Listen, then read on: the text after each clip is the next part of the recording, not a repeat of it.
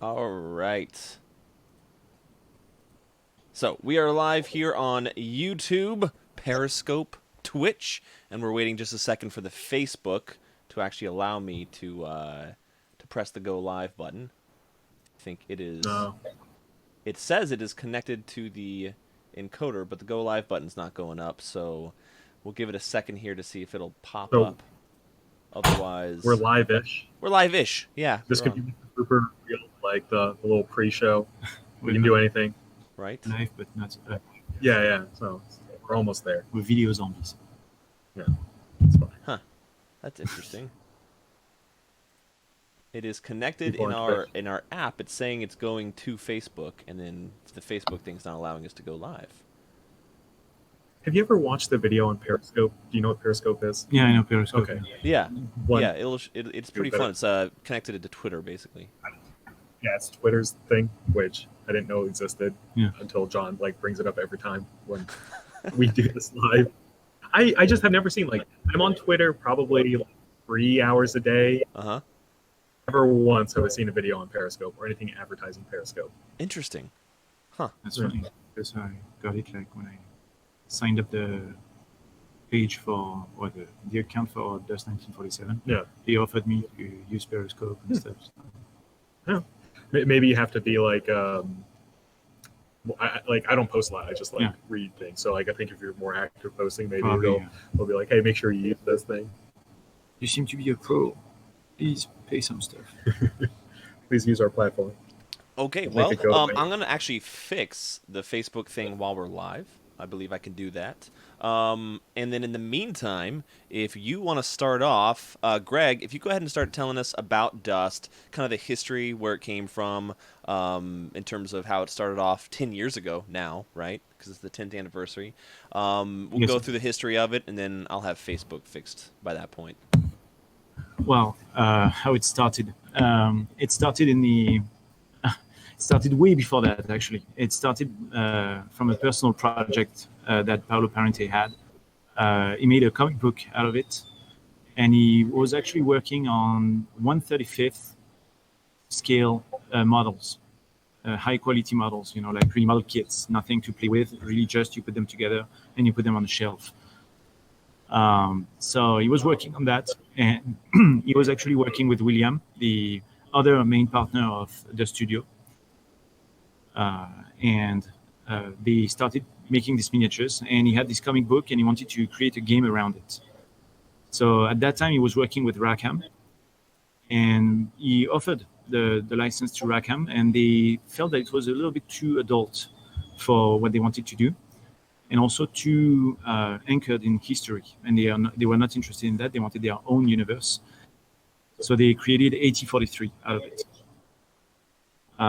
But then, after that, when Rackham died for various reasons, Paolo took back Dust as it was and created Dust Tactics with Olivier Zamfirescu, which is the creator of the rules, and Vincent, who was the master painter and in charge of everything that looked scenery, miniatures, and everything like that. Plus William, that was at production, obviously. And that's how they created it. It was supposed to be published by AEG at that point, and then at the last minute, it went to FFG. And that was 10 years ago, and they launched it at Gen Con 2008, and with what we call the big coffin box, which was a gigantic box with a ton of miniatures in it. And that started this way. Cool. How long was it now with we're Vincent? live on Facebook. I fixed it. Yay! While we're streaming, that's Great. fun. If you didn't hear this first part, Greg is going over basically the original origin of Dust. So if you missed the very first part, go ahead and watch it on YouTube later, Twitch also. Make sure you subscribe to our channel. But Greg, if you go ahead and continue. Well, so with FFG, it was, I honestly don't remember, but it was like 5 or 6 years, probably. Okay. So yeah, the run was actually pretty long. They developed the game pretty much. They developed also a version of the game that was called Dust Warfare that was gridless. Yeah. That would allow you to play on a regular tabletop with 3D scenery and these kind of things. So they did that. Then it went to Battlefront for a couple of years. And then in 2016, we created Dust USA, and Dust Studio took back the game in their hands in 2015. And 2016, we started distributing in the US and Canada. Okay, great. Well, that's been fantastic. Yeah, I know since we've been carrying you guys for pretty much as long as we've been open, Dust has always been pretty stable, but it's been such a huge change from 2016 to now with all the support and also being able to have you guys show up and also having all of those great volunteers for Dust. Raymond and Jim have both been phenomenal in the amount of support they've been able to give the community. So we have a fantastic community. Yeah, it was my big surprise when I started working with Paolo in 2015. It was really the enthusiasm and the support from the people, even in dark times when we had troubles with distribution and these kind of things. They were always behind us and they were always supporting. So it's really great. Yeah, well, absolutely awesome. Do you want to tell us what's going on this weekend? Well, this weekend, exclusively at Giga-Bites Café, we're having a Dust Weekender. So today and tomorrow in the afternoon, and until we are fed up with gaming and we want to eat something, we're going to be playing. And it's what we call regularly Dust Days, but obviously since it's on 2 days, we're going to call it a Weekender. And it's a campaign-based, I would say, event. Where you're going to play as much as you can. The size of the game you want, you can change for every game that you play, and we're going to actually take account of only the factions results, not the personal results. Right. So it takes off all the power gaming culture that is really regular in miniatures, and it's really more a collective event where every block is going to fight on a scenario, on several scenarios that are campaign based. Yeah. So well, that's fantastic. And so me as a Dust player, let's say I can only make it one of the days. It's not cumulative, right? Like I can jump in and get going at any point. You can even, if you can only play one game, you can just play this game and play as much as you want. If you only play start a set game, you're going to play 7 games when another one is going to play 250 games and play 1 game. It's completely okay. We're just going to sum up everything at the end, and the faction is going to win or not. You're going to fight for territories, for special scenarios. Every table is going to have a special element. It's going to give a special bonus for the faction on the game after that, or on the game that are already playing around them. Oh, great. So, yeah. That's absolutely fantastic. And you did something similar at Origins, correct? Yes, exactly. It was actually the first time. It was, I would say, our beta test of it. Because really, we really are trying to move away from the power gaming and to open the game up to more people of different abilities, whether you're just starting out and whether or not you're competitive at all. Our children play Dust, but they're not exactly competitive. They just want to play. And how old are your kids? My kids are 12. Yeah. One's going to be 16 and the other one is 17. Oh, great. They're all girls. Yeah, so that's absolutely fantastic to hear. I mean, with our volunteers, and plus we have a huge community of gamer parents that come in, and they always want to do something like with their kids where they can interact and share memories. So I know playing Dust that it's easy to get into. Like it's the core fundamentals of the rules. You can really teach anyone, I would say, even like 10, like get into the game and at least playing on the board with you. So it's absolutely great to have like a family event that people can go to. And we love tournaments. It's just that there doesn't seem to be a lot of support for just getting out and playing.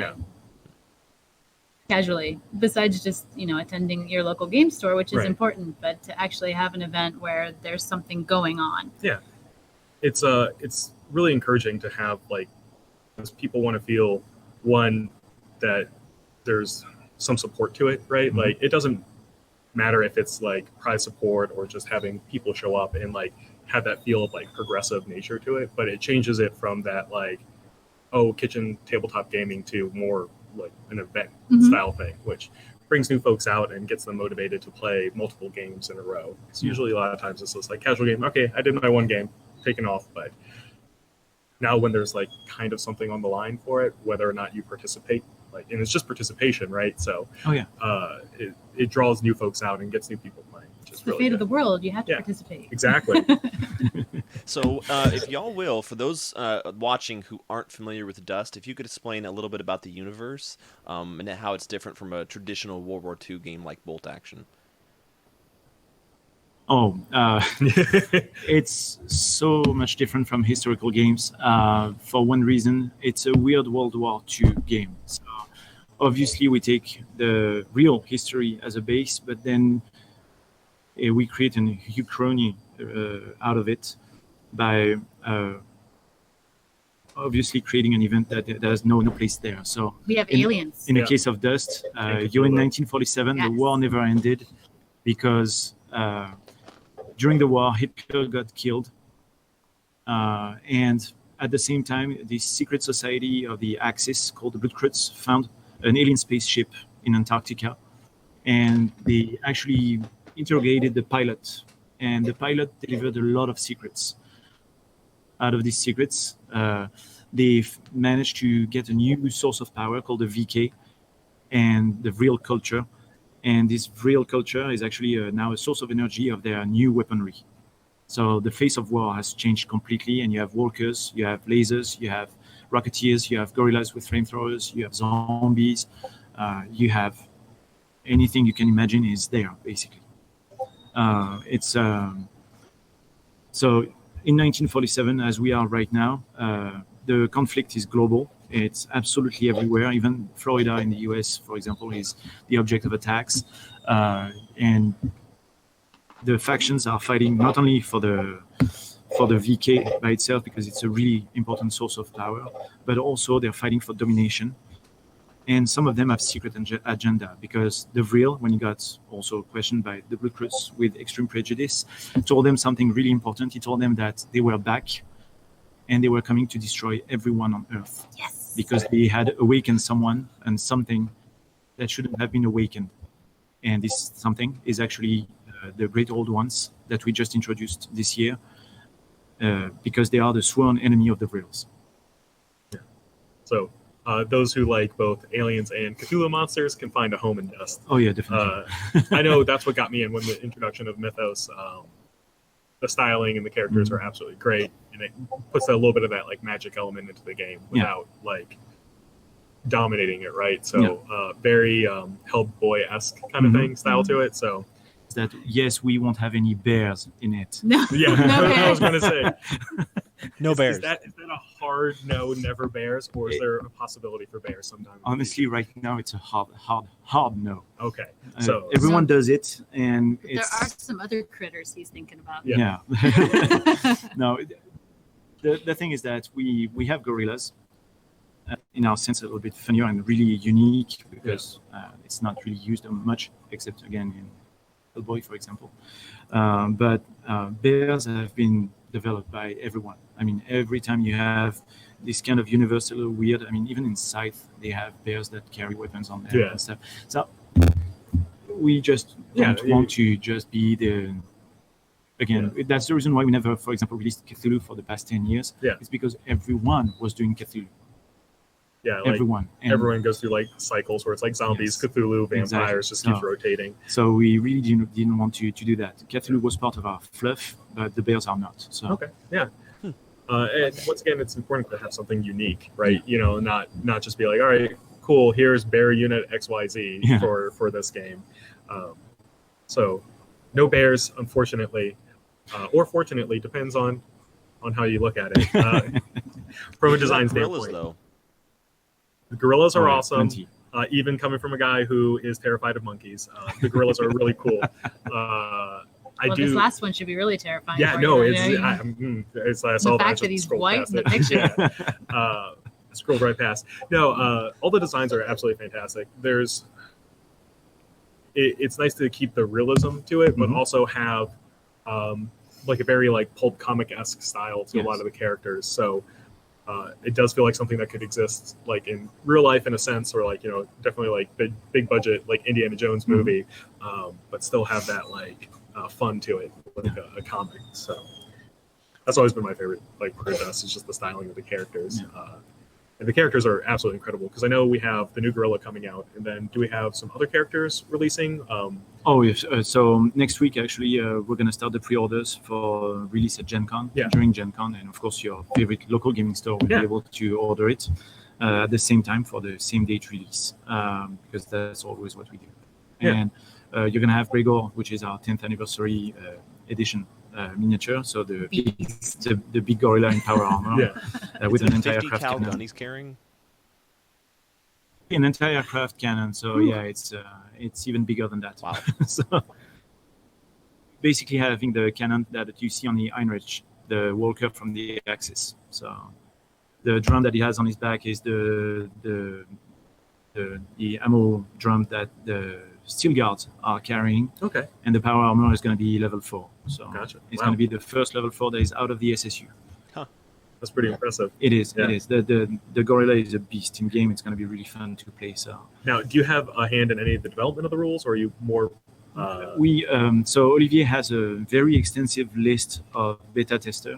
Okay. So he creates the rules for every profile that we have, and then he submits them to the whole list, and everyone chimes in.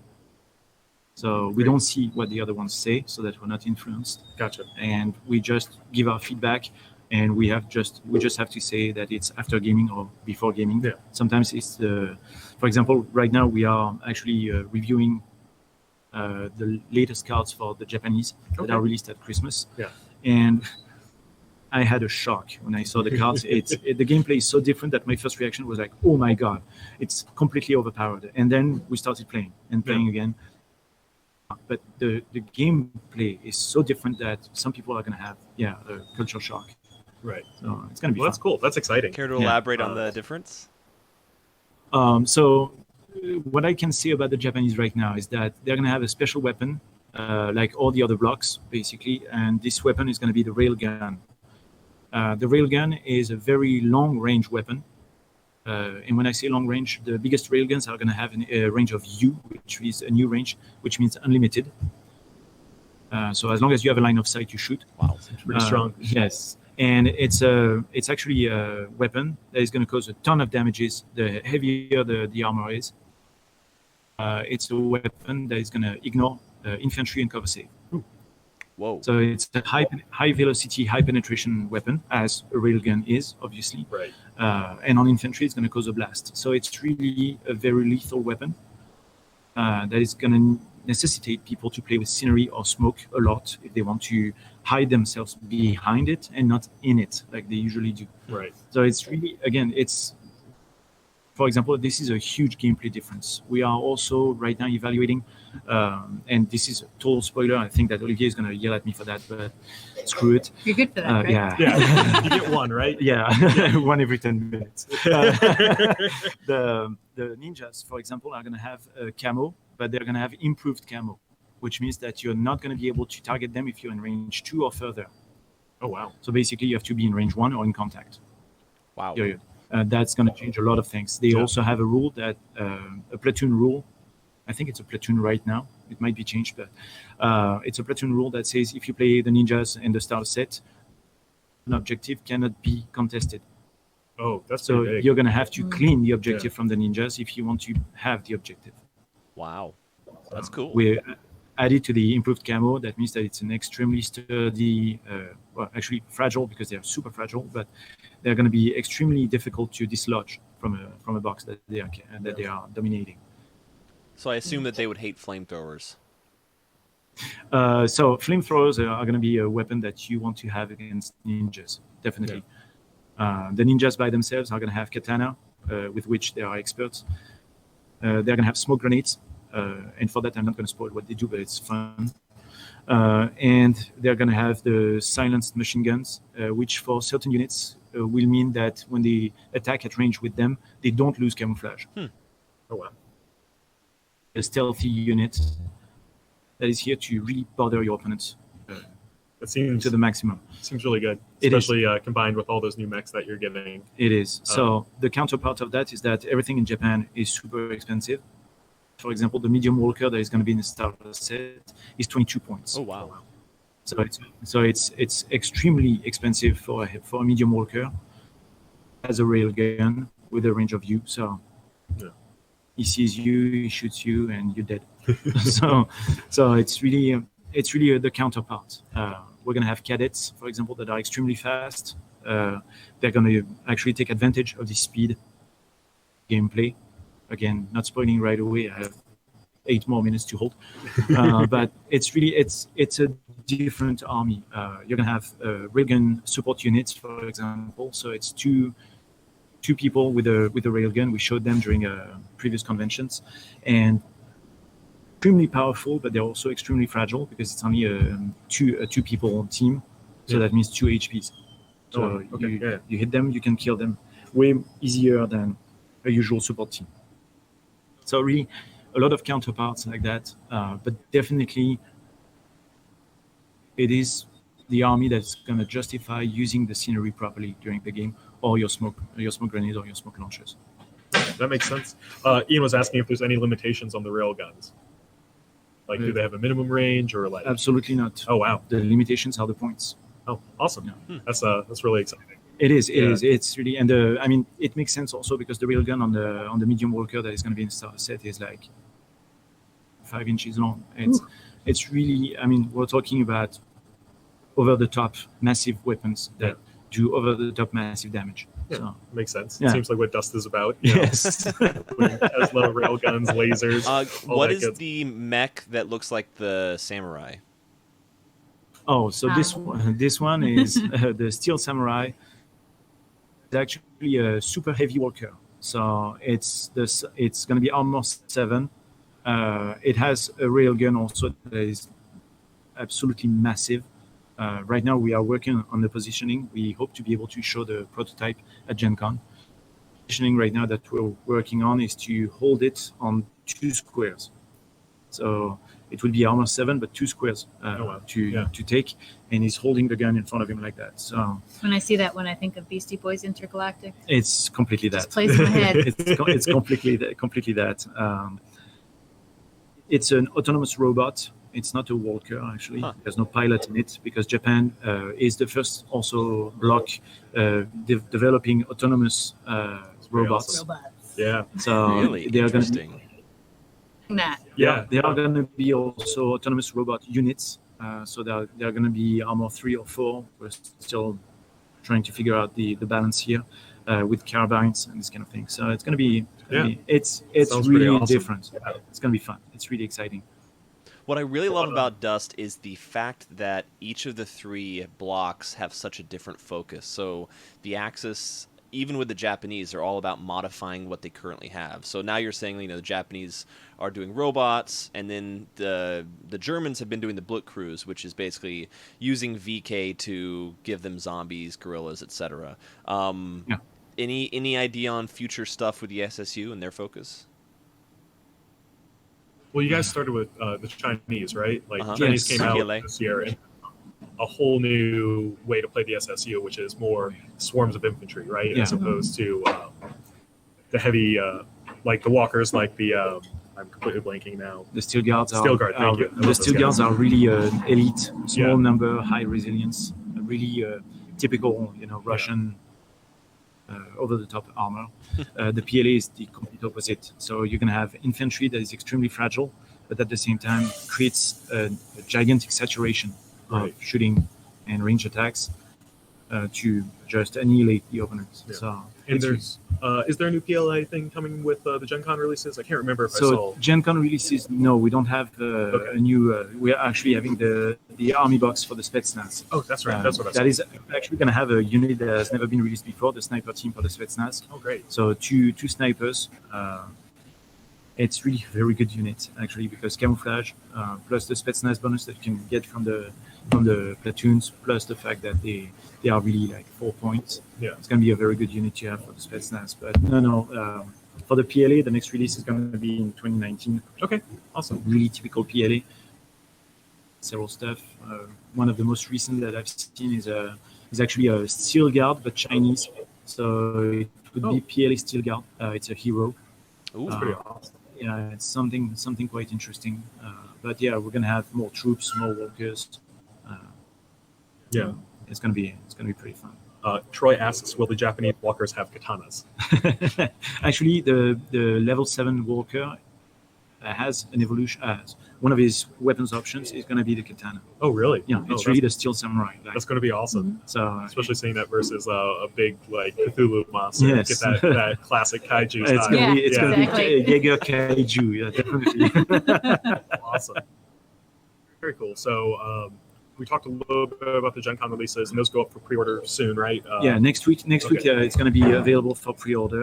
So you're going to have Gregoire. You're going to have also for the mercenaries. You're going to have the Flamingo with its pilot Magda. It's Loki Tropical chassis, so open chassis armor 3 with two heavy flamer, a dual heavy flamer, I should say, and one regular flamer. Okay. So again, saturation of flames everywhere on the front. I mean, it's insane. You can aim at 2 different targets. And Magda has some abilities that, since if you choose not to move and to sustain your attack, your flamers are going to gain 1 range. Oh, wow. So your heavy flamer, instead of being range 2 with 2 blasts, it's going to be now range 3 with 2 blasts. Whoa. It's brutal. So it's and sustained. So it's really the moment where you're going to burn stuff until it's really cooked. Yeah. so yeah, it's going to be really fun. She has also a defensive pilot ability, which is brand new, that says that it's going to have a cover when she moves. Okay. So these kind of things. It's a very interesting profile, playable by every faction, obviously. So it's going to be pretty fun. I love the miniature because all these flamers are ridiculously fun. Yeah. So yeah, There's the new there's... Mythos. Is it the Avatar of Cthulhu? Oh, the Avatar of Cthulhu is not for Gen Con. Yeah, that's later. This is 2019, I think. Okay. I doubt that it's going to be ready for Christmas. Yeah. It's really massive. It's going to take a lot of molds because we really want it to be clean and perfect. So, but yeah, it's going to be an interesting. What product. size would that be? So the super heavy walker for Japan and Cthulhu, where they fit like scale-wise compared to some of the other models that you currently have released? So the Avatar of Nyarlathotep being the highest foot model that we have right now, because it's high as a plane, basically. Right. The Avatar of Cthulhu is probably 1 or 2 inches taller. Oh, wow. Wow. The Walker for the Japanese is probably 3 inches taller. It is massive. It's really massive. So again, that's where we are at the moment. The tooling is being prepared right now, which means that plastic being what it is, it could shrink and stuff like that. So, but still, it's going to be bigger than the Avatar of Nyarlathotep. That's incredible. That's model that big for either of those. Yeah, me neither. Yeah, to be honest, that's especially great. holding on 2 squares, it's going to be a fit to really manage to have this kind of miniature on the table and still make sense in the game. So, well, that's awesome. Yeah. So that's all the things. So we have Gen Con, and then those will be Christmas to early 2019 on the schedule. So Gen Con, yeah. So Magda, Gregoire, the Space Nest Army Box, the Endak Army Box. Then we're going to have the Loki Loth multi-part kit. And then we're going to have the Cultist for Cthulhu. Yeah. So the same one from the starter set, right, to allow people to take advantage of their faction bonus right now. So just buying an extra box will grant you 103 points. Buying the 3 boxes that exist, and you will be completely legit for any event that you're playing at 100 points. Well, good to hear. So was that coming out of Gen Con, or is that coming later? So the results that we have shown, so for Angela, for example, and Rosie are going to be later because they're going to be part of new HQ box that we are releasing, or I should say hero boxes, because we already released the HQ box for Blood Crits. So now the next heroes are going to be released in boxes of 3. Okay. So, and actually for Blood Crits, it might be a little different because we still have 3 gorillas and the new Sigrid to release. So it might be all together with Angela. Yeah. We're figuring out prices and cost right now. So, but that would be a box this way. And Rosie will be in the box for the Rangers, the regular Rangers that we are going to be re-releasing progressively in 2019. Troops and heroes. Some of them really needed a resculpt because Angela was 10 years old. Yeah. And definitely we made some progress both in sculpts. It's fun fact, okay? The Angela that we have has been sculpted by Rémi Tremblay, the guy that made the gigantic Cthulhu that you see for the Kickstarter of Communion Art right now. Oh, cool. So you see the progression between one and the other. It's 10 years in the making. So it's really, and we have progressed a lot also when it comes to tooling, molding, and also with the quality of the plastic that we use. Absolutely. What we used to call soft plastic is not that soft anymore, and we use more and more hard plastic for the long parts so that it doesn't bend anymore. Right. Incredible. So we kind of segue back into Dust Day. For all those folks who have seen Dust here at the store but maybe never played a game or are interested in trying it, what would your starting point be to get into Dust for those folks? It's really easy. You just start with a starter set. A starter set is a box that we make per faction. So it's a one-player starter set so that you can really choose the flavor of the faction you want. One unit, one hero, one vehicle, the dice, the mat, the neoprene mat that we put in every starter set. You're going to have the rules, you're going to have the 2D and 3D scenery, everything you need to play. You put two starter sets together, you have a... So it's really, you just start with that. You just have to choose the miniature that you fancy or the gameplay that you like. All of them having different gameplay but being balanced together. Yeah. So with those folks who might come in, quick faction breakdown, like gameplay and all that for the starter boxes. So right now we have 8 starter boxes. So for the allies, you're going to have the heavy rangers, very fast-paced, fast attack, lots of melee because of the troops. They don't have any ranged weapon; they just punch stuff. Oh wow! Okay. But they fly. Yeah. So you're going to fly and punch stuff and destroy it because you punch super hard. While the vehicle is going to be an anti-aircraft, anti-infantry option. Down everything through a saturation of heavy machine guns. Right. The allies are the USMC. The allies has a starter set that is pretty different. Very fragile troops, close combat range, lots of flamers and close combat weapons because they have shotguns. Right. But that means a ton of dice at range 2. It's up to 30 or 40 dice. Oh geez. So it's insane. And a vehicle that is anti-vehicle with a recoilless rifles. So really exactly opposite. Then for the PLA, for the SSU, you're going to have the PLA, your favorite faction. So the Chinese army, where you're going to have saturation again, with a vehicle that is short-range anti-tank, but really anti-tank. Up to armor 3, it's auto-death. If it hits. So that's pretty big. It's extremely powerful. With a gameplay that is a little particular because the heroes, and I say the heroes with an S because you have 2 heroes in them, and they can play together or separately. Okay. So they have a special rule for that. The Spetsnaz is mid-range camouflage. So that means a lot of anti-infantry, a very good option to also suppress troops thanks to their hero, Rosa, that is a sniper, and a vehicle that is meant to have a mid-range threat also against vehicle. Infantry equally. The Spetsnaz are really meant to face everything all the time. Yeah. And you're going to have, for the Axis, you're going to have the Luftwaffe, which is the latest Axis that we released, Rocketeers, with actually a hero that is an officer that allows you to reactivate units or reload their limited ammo weapons. It is extremely fragile, but that you drop anywhere on the table. Yeah. It's a Fallschirm RSO with an anti-tank cannon. So really fun to play against Mark's. Yeah, he drops it all the time. Like it's like, oh, smoke cloud out there, and he's like, no, I'm behind you. It's like, no. It's exactly that. Yeah.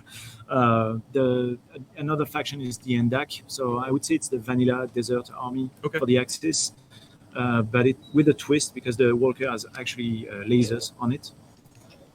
Really good anti-tank, and the unit is good at everything because of the hero. The hero is meant to boost the unit, and he has flame. They have like 3 flamers and 3 Panzerfaust. Oh, wow. So you're an infantry, you're dead. You're a vehicle, you're dead. And if you're both at the same time, you're going to be dead on the same round because you can shoot with all your weapons. So it's an excellent army actually to play. Good, an all-rounder.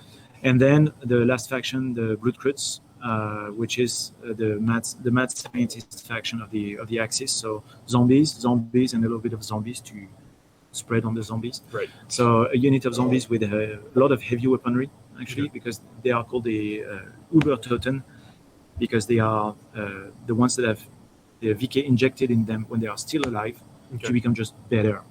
Oh wow! Not but that makes them undead also. So, so really resilient, really powerful at mid-range, long range. And then the hero is the angry undead version of Wolverine. Gotcha. It's Frank von Stein, experiment number 8. That is just melee oriented, meant to shred, dice, and cut everything that is in his path, including vehicles. Nice. So it's really fun. Finally, you have the mercenaries with the battle group Tanya. So short range, mid range threat for everything. Anti-aircraft weapon on the vehicle, and a leader that is also meant to boost the unit, because if she is in the unit and the unit is in cover, they become insanely resilient. Right. Fun starter set also. Well, cool. Well, thanks for the faction breakdown. No problem. So yeah, as you guys come in for the Dust Day, we should have at least demo armies of a lot of these factions available for people to try out. So even if you don't currently play Dust, you're able to come in and check it out and join in all the fun. Come and try it. I will be happy to give you a demo during the day. Yeah. There's absolutely no problem. It takes 15 minutes. Yeah, I was going to say. I learned Dust was probably the quickest miniatures game I was able to pick up.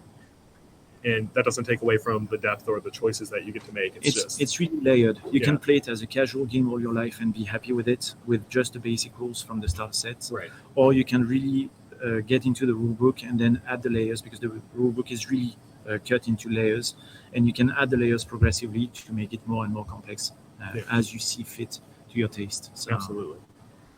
I always like to recommend it for folks that have played a lot of board games and want to branch into the miniatures, the hobby side. It's great because you don't have to assemble the guys; they're already primed, so you can just start painting them. You play on a grid, so you don't have to measure anything. Exactly. You don't have to check line of sight by bending on the table. It's already set up by the grid, so it's really, really easy to get in. Yeah, and all the combat checks are fairly easy. It's on a specialized dice that's, you either get one of 3 symbols on the dice, and then you can compare it to your stat, and you're good to go. Exactly. Right? So no flipping through rule books trying to figure out what XYZ chart is. No. So I really enjoyed it. Correct. Yeah, there's no pre-measuring because it's on the grid. You can pre-measure, but it's just that you count the boxes. So yeah, exactly. Yeah, so no tape measure, no looking down and being well, is that half inch, or let's get a precise laser line. It's pretty easy to get going and feel confident in yourself when playing a game. Yeah. So I've always enjoyed that, and I always like my games. There's a small video series where I think I win against Jim once, and then it's several thrashings in a row after that. Jim is hard to defeat. He has a very solid way of building armies that are fun and at the same time extremely solid. So it's really Jim in a bunch. It's really that. So. Good. Yeah. One of the best parts about it is the flexibility of building armies. Oh yeah. Yes, we are the shape of the game because we re-released the rules in 2016 and reviewed all the profiles. We're really at the point of the game where there is no power creep and there is no unbalance. There is nothing that is bad that you're going to say, I will never play that, because everything is good against everything. And we have a player in Cincinnati that used to say, everything is anti-tank in this game, because even when you don't have an anti-tank weapon, for example, you go in melee and you can hit everything that is a ground unit. Yeah. So you become an anti-tank just by punching a tank. Exactly. So we think that everyone can cobble together like a bomb or something. It's you just try to pull the cables, out of the turret, all these kind of things. But it's really it's really that the game is really, really balanced, and it's not meant to buy the latest release. By doing this power creep, it's really meant for you to play with what you have. So you can really build a list as a whole faction. I could go to allies and pick from all the units that fall under the allied nations, or I can go to a smaller block where, and I get a benefit for just taking those guys within that faction itself. You can make a nice thematic army that's small, your model choices are more limited, or you can just kind of have the whole buffet of options. And and get a different benefit from taking a wide variety as opposed to a small concentrated force. Yeah, and the way we build the platoons also is not a restrictive way. You have to have some units, but you're not forbidden from taking all the rest. Right. And you don't even have to stay in the faction to get the platoon. So it's really freedom all around. Yeah, that's fantastic. Yeah, I love that dual layer benefit. It really works really well. Yes. I think it lets people go thematic if they want to. In the tournament the other week, I actually brought in a Stormwall platoon with a fortification. Yes. That's pretty awesome. That was actually pretty badass on the table. It was I nice. even won one of my games. Yes. Oh my God, you won a game? You did? You as an employee are forbidden from doing that. No, I won 2 of my games. What? Yeah. That's doubly bad. With this thing, it's a Tesla turret. It's a bunker, and it has a limited arc of fire. And somehow, I manipulated my first opponent. Well, I guess my second opponent. The first one wiped the floor with me. He had nothing but helicopters, and I can't even shoot helicopters with this thing. That might be a list flaw. But basically, with the bunkers, it's cool. They act as fortifications, so you can actually buy this and then play it as a terrain feature. And then the cool thing about everything in Dust is how modular it is. So when you buy the bunker, it comes with a turret, but you don't even have to play it as the turret. You can literally play it as a terrain piece, and then you could put other models and stuff inside this bunker. And that happens with a lot of the vehicles too, Greg. Yes. You have things that are like multi-part kits, basically, but they're So- interchangeable easily compared to things like 40K sometimes, where you have to magnetize them or, you're That's- gluing them that- and all that stuff. These literally just pop in and out. That comes from Paolo's culture for model kits. He always wanted something that was modular, and for a while we quit that for whatever reason. But we are actually putting it back on the market right now, as it used to be, where you're going to buy one box and you're going to have several weapons options, for example, or several crew options for the mercenary walkers. For example, you can switch the crews on the walker as you see fit, because we want people to be able to choose their options on the go.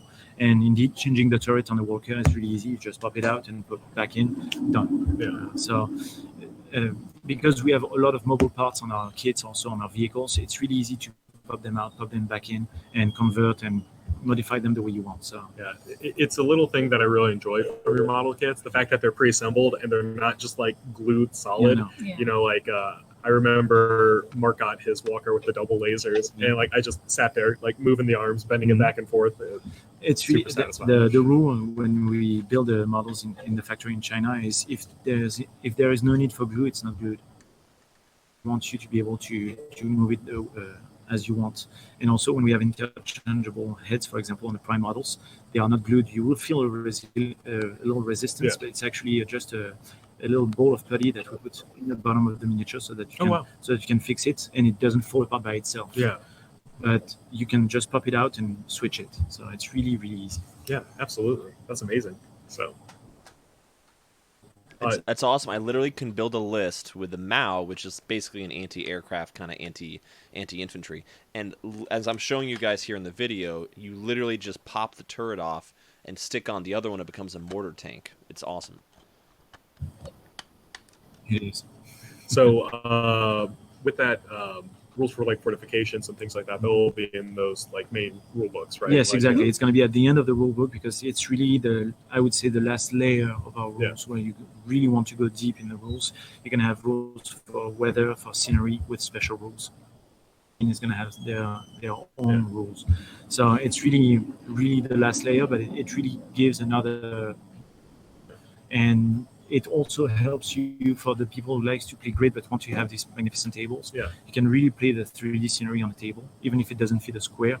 Right. It's really easy. The rule is if you see the dot, you can go in it. If you don't see the dot, it's impassable. Cool. Gotcha. So Okay. it's really, really easy. So even if you have this gigantic building on 6 stories, you know, Right.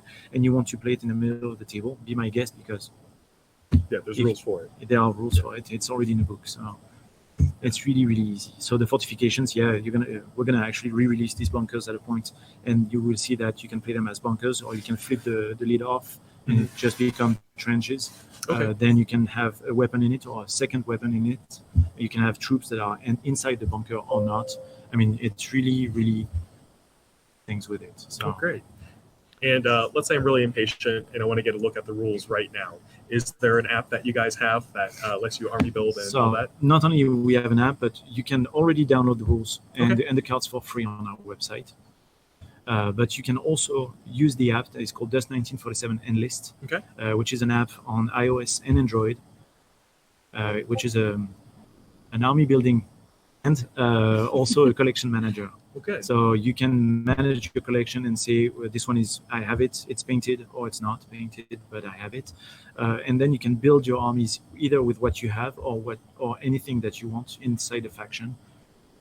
Just to narrow down your research. For example, you know that you need this sniper, but you don't remember the name. Just go to the filter, type sniper, and so you can kind of use it as a catalog because it'll show you what else is available. Oh, yes. Great. That's fantastic. It's updated before every release. So, for example, next week it's going to be updated for the releases for Gen Con.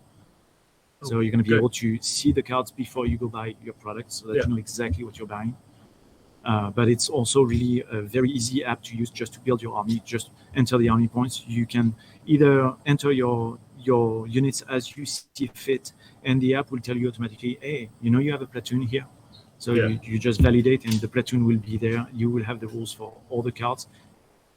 Because of a matter of room, we don't put the complete rules for each rule that we have. Sometimes when the rule is really long, like Artillery Observer, it takes 1 page. So it's not on the card. You just have a sum up. On the app, it's the complete rule. Oh wow! So it's really easy.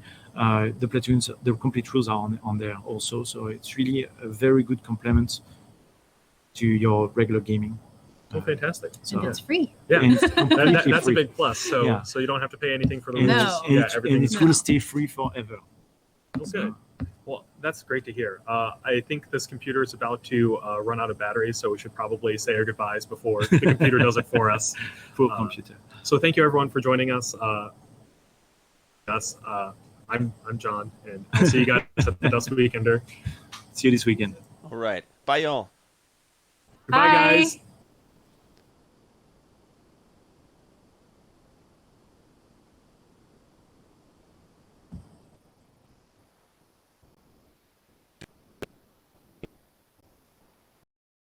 Last week, I literally took a 30-point list of the Axis and the SSU, showed them a game in 15 minutes. They ended up playing for another 15 minutes to finish out the game, but I got all the basic concepts. Now, these two guys played a lot of 40K, and the one thing they said was, wow, this is quick, but I don't feel like it's easy, because 40K can be a little crunchy, other games can be a little crunchy, which you know me, I love. My favorite game being Warzone Resurrection, very crunchy game.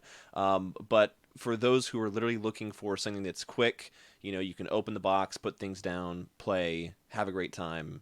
Dust is definitely a game you think about. And I never thought that I would really be into it until I started seeing things like the Mythos, now seeing the Japanese. Like, it's starting to really feel really good. And this guy right here, that's the Winter Child, who's super awesome.